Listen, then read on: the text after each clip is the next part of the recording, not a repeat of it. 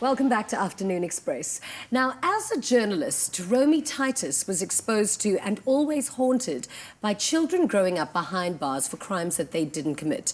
She has since dedicated her life to the cause and runs a charity organization called Babies Behind Bars. By taking care of basic needs, her main vision is to bring love and care and joy to these infants. Today we'll learn more about the cause and why it is such an important issue in our country. Welcome to our loft, Romy. Thank you very much. Good to be here. I mean, what an amazing initiative. Thank you. You're obviously a journalist. How were you exposed to these babies? And I mean, what prompted you to start this organization? I was about 19, 20 years old when I actually started out in the industry as a hard news journalist, and I was sent to do a story. It wasn't the lead story. I mean, the junior journalist never gets the lead story.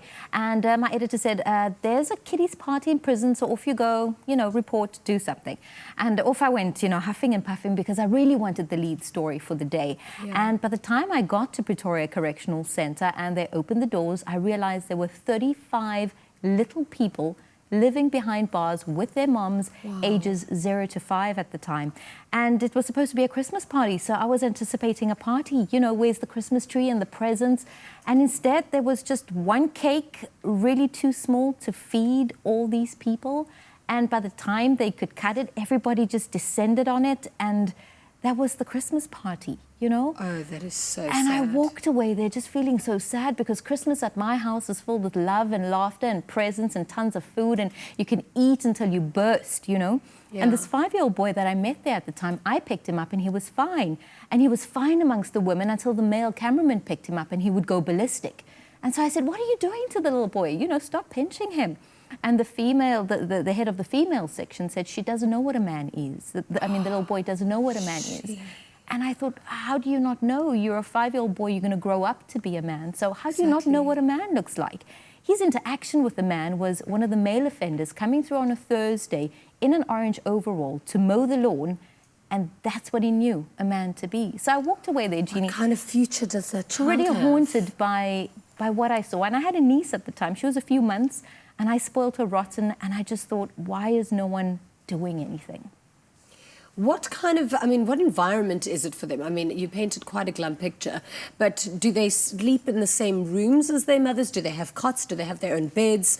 Who gives them clothes? And, how are they surviving in there? It would vary. So if it is that you have a baby, so you have to be sentenced in order to have your baby with you up until the age of 2 now. They've brought down the amount of years. So 0 to 2 at the moment, a baby born in prison can stay with their mom.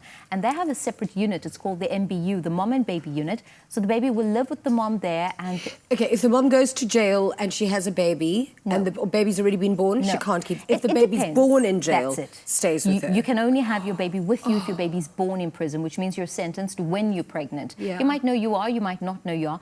And government is kind of lenient. If your baby's a couple of days old and you've done a crime and you're going to prison, they do look at the backgrounds and the situations and where the mom comes from.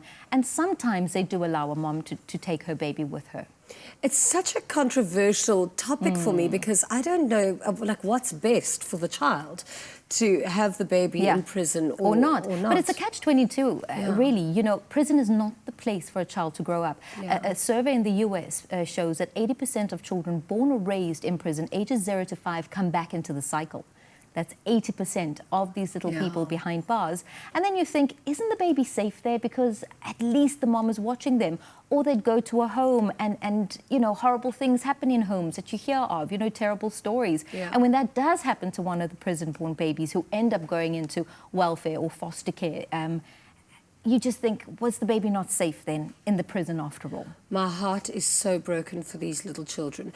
Okay, so what does Babies Behind Bars actually do? What do you do for the mothers and for the children? So we're a non-profit organisation, and we're in 17 prisons in South Africa, 4 Namibia, 1 Swaziland, and we're branching out into Kenya as well as Zimbabwe. Our mission is really to look after every prison-born baby on the African continent, and what we do is take care of their basic human needs. It's icy cold in the prison in winter, so a couple of months before we will pack goodies to make sure that babies are warm and happy and healthy. Some of the babies and the moms are HIV positive, and they have a special wish list, which we try and fulfill.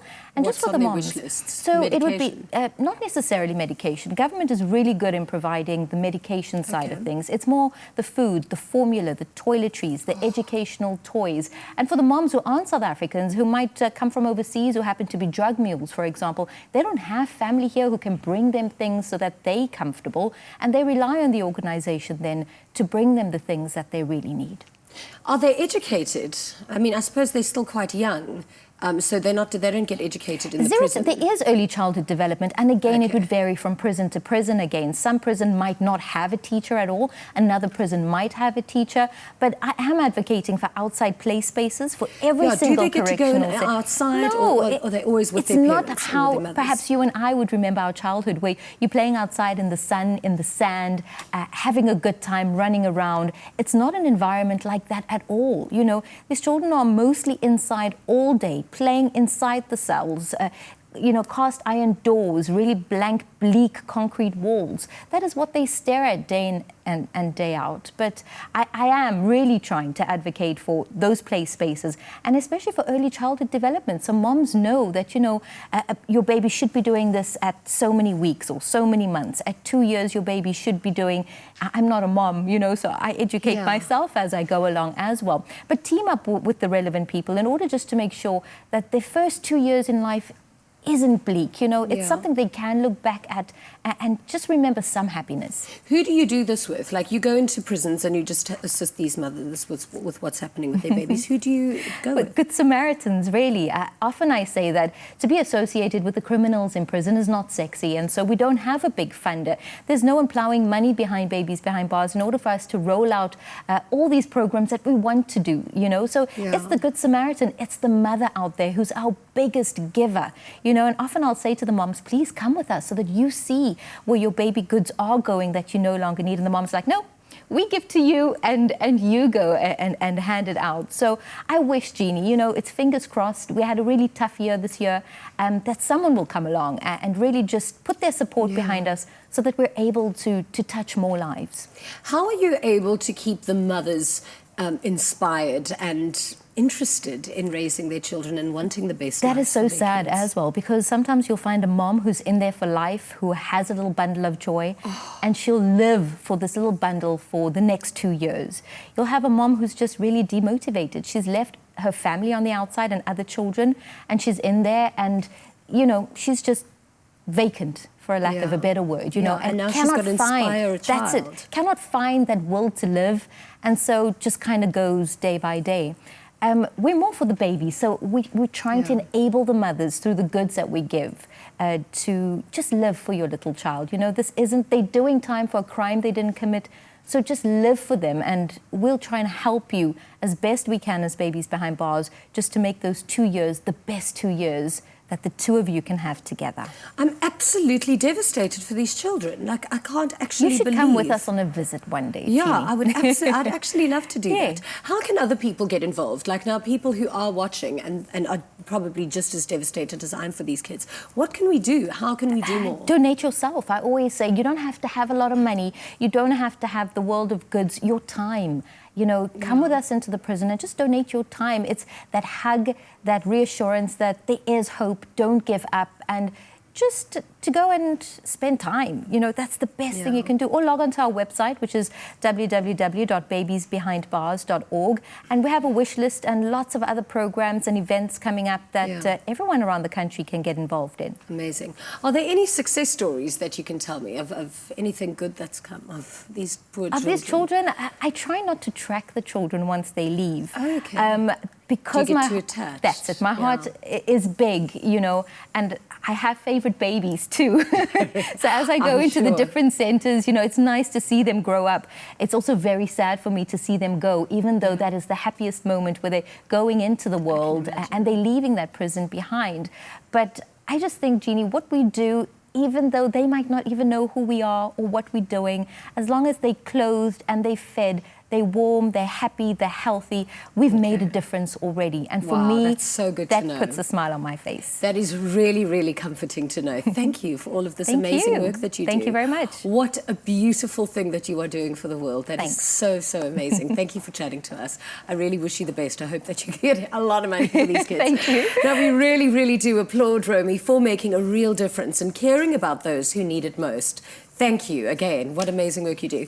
And of course, Five Roses definitely salutes you and your commitment to this cause. We're giving away a fabulous Five Roses gift pack containing an assortment of their delicious teas. So to stand a chance to win, simply SMS the keyword Five Roses, your name and city to 33728. SMSs are charged at R1.50 each, and T's and C's do apply. So visit our website, afternoonexpress.co.za, for details. Now, join us again this time next week when we will be chatting to yet another exceptional South African woman. And until then, remember that nobody makes better tea than you and Five Roses. Sure, Romy, you are such an inspiring woman. Now, ladies, after the break, right here on Afternoon Express, we've got a treat for you. Palesa is going to be showing you how to achieve a flirtatious and colourful look with your makeup. Plus, we get into Win a Home right here on Afternoon Express. Now, something that is back, it is almost time for the Tropica Island of Treasure. All the details on how you can enter right here. Tropica Island of Treasure is back. Are you ready to lap up the luxurious island lifestyle of the Seychelles and become a TV star?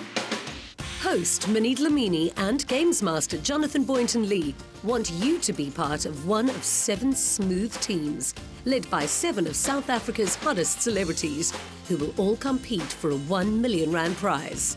Who will you choose? To enter, simply purchase a Tropica and follow instructions on pack. Visit tropica.co.za for more details and follow the conversation online using #TIOT7.